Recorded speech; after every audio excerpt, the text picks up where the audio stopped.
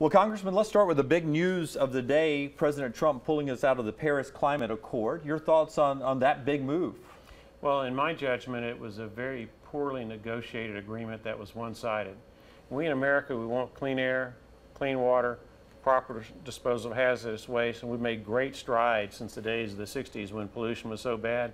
But unfortunately, it hamstrung the United States of America and our manufacturing and industrial capacity, putting us at a disadvantage that would cost us jobs, while at the same time letting major polluters like India and China and other third world countries continue to pollute and also take our jobs.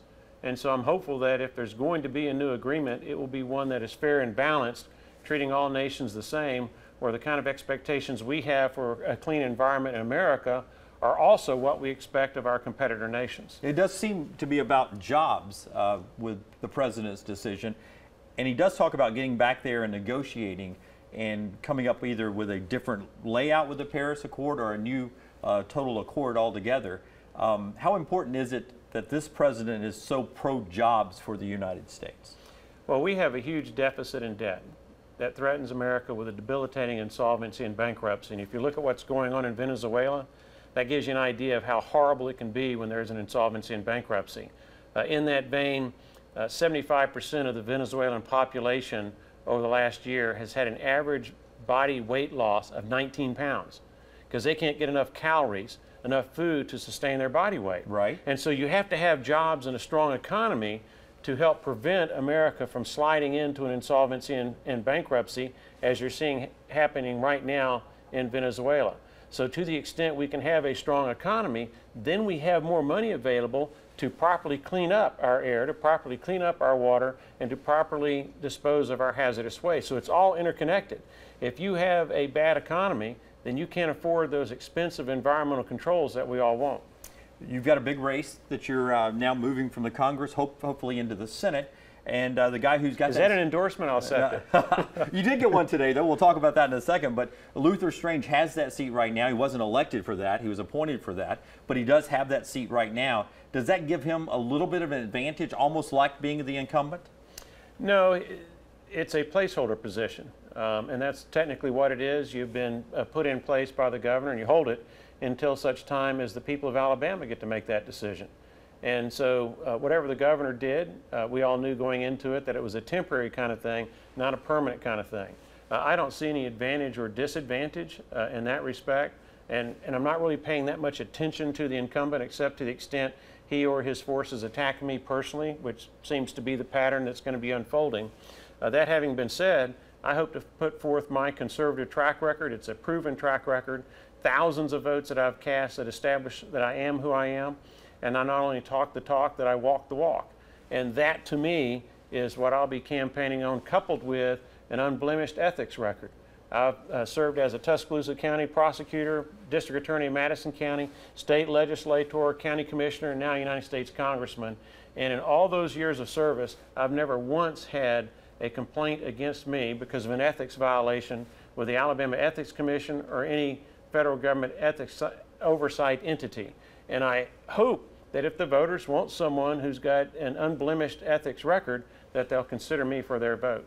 And I'm sure that resonates with everything we've seen go on with state politics here recently. I wanted to ask you, because I'm a C student, I feel like I'm the average Alabamian. I grew up here.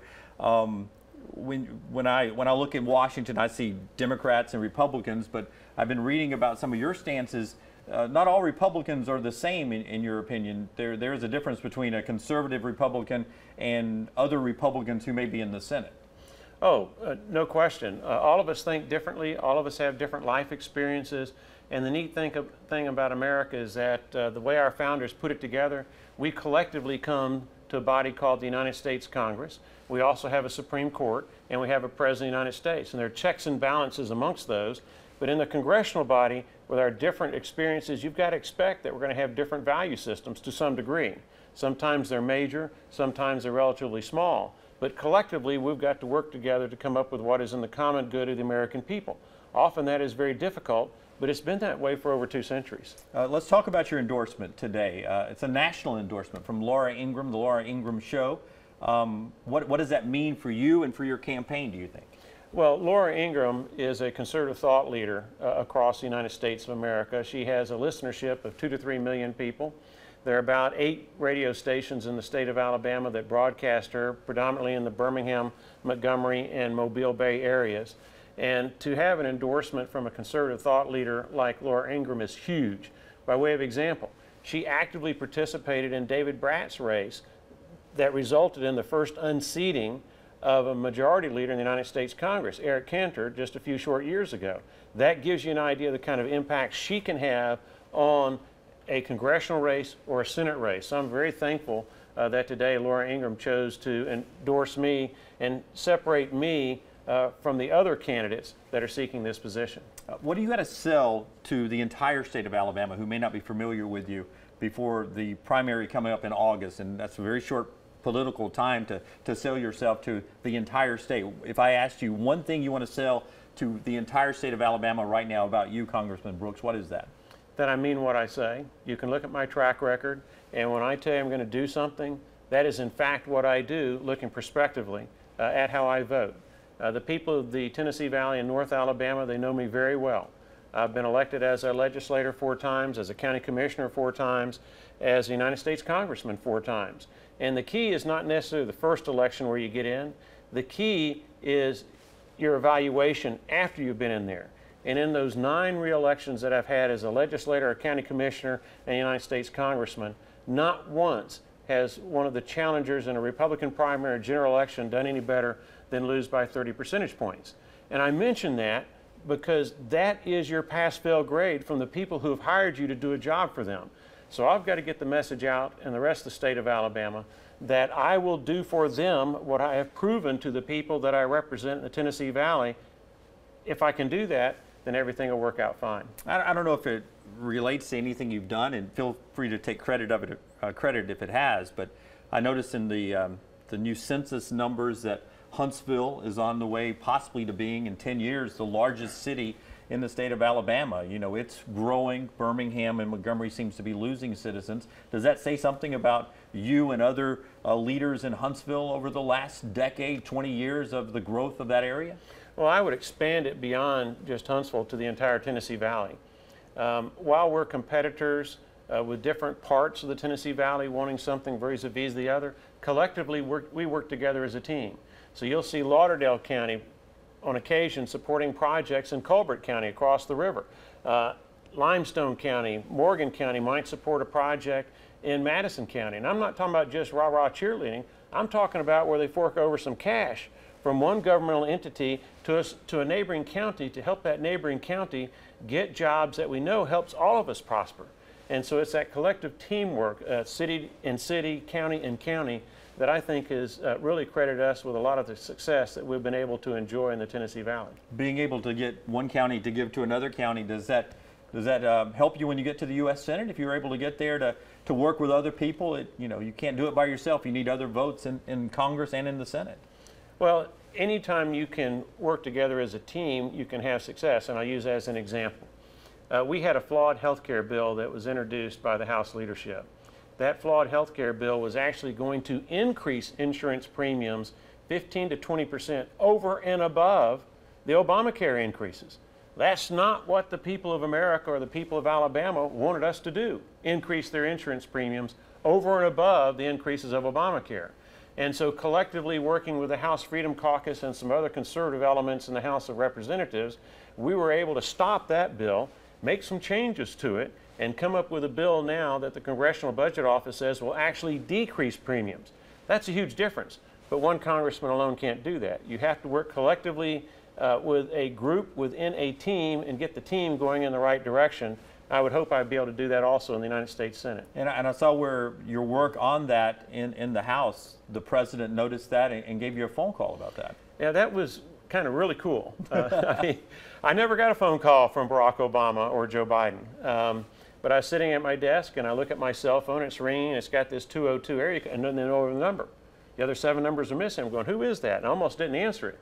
But it turned out it was a direct call from the Vice President, and he talked to me a little bit. He thanked me for my work in improving the health care bill and also helping to get the votes necessary to get out of the House of Representatives. And Vice President Pence and I, we go back a ways. We served together in the House for a period of time.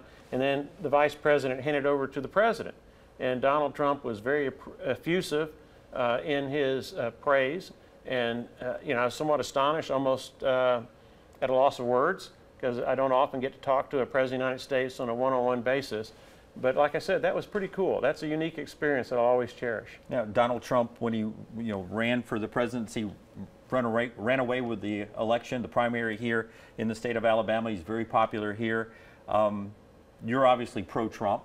As I saw May 18th, I think it was, you were on the Laura Ingraham radio show, and you said then that you don't think I think it was the Democrats had overreached, that you don't think they will be able to tie the president to any Russian activity. That was May 18th. Do you still feel that way as we sit here on June 1st? Well, there are three parts to this Russian probe, okay? First, did Russia try to interfere in the election? If so, how much? I think the answer is going to be yes, they did, and we'll find out how much. Then a second layer is, was there anyone involved in the Trump campaign that might have cooperated with the Russians?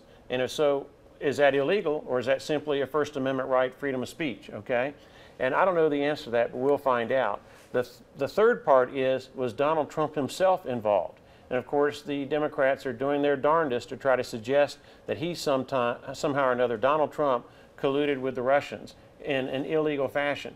And I think they have overreached on that. I have not seen any evidence or even heard any inkling of any evidence that would tie Donald Trump to a position that would get him trouble as President of the United States. So we'll see how it all unfolds. But I think that this aura of problems associated with the White House that the Democrats are trying to portray as they try to set the foundation for a better election result in 2018, I don't think they're going to get anywhere with it. Time will tell, though. The FBI is doing an investigation. We've got committees who are looking into it. And whatever happened in time, the American people will find out. You're running for the seat that Jeff Sessions left to join the Trump cabinet. What do you think of the job Jeff Sessions did when he was in that Senate seat? I've been a fan of Jeff Sessions since he was Attorney General. I remember sitting in the Attorney General's office in Montgomery trying to convince Jeff Sessions to run for the United States Senate. Ultimately, he did, and the rest is history. And Jeff Sessions and I, in particular, on border security issues, we worked hand in glove. We would meet on a regular basis. Our staffs would meet on a regular basis and communicate in order to try to come up with the best strategy to slow down this huge flood of illegal aliens who are both, on the one hand, taking American jobs, and on the other hand, because the huge surge in the labor supply, suppressing the wages of those who are earning the least in America, particularly in the construction trades, but not limited to the construction trades. And so I think very, very highly of Senator Sessions, now Attorney General Jeff Sessions, and I like the job he's doing as Attorney General under very, very challenging circumstances. Yeah, you seem to be a guy who really likes, you know what you're saying, you stand by what you say. Would you look forward to a debate of whoever shakes out to be the top 2 or 3 candidates before you get to the primary? Is that something you'd be interested in? Well, absolutely. Right now there are basically 3 tiers of candidates. The polling data suggests that Roy Moore, Mo Brooks, and Luther Strange are at the top tier. Then you have a senator from the Mobile Bay Area who's kind of in the middle by himself at a 2nd tier. And then you have 6 other candidates who are down here. Who knows what's going to happen with this senator or these other 6. If they can self-fund or they come up with money and start advertising, get their names out, suddenly then they might jump up to the top tier, okay?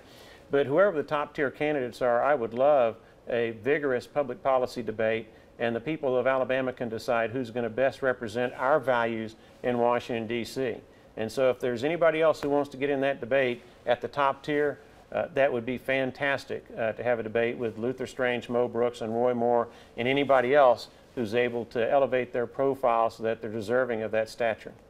All right. Thank you for being with us. No, man. my pleasure. Certainly.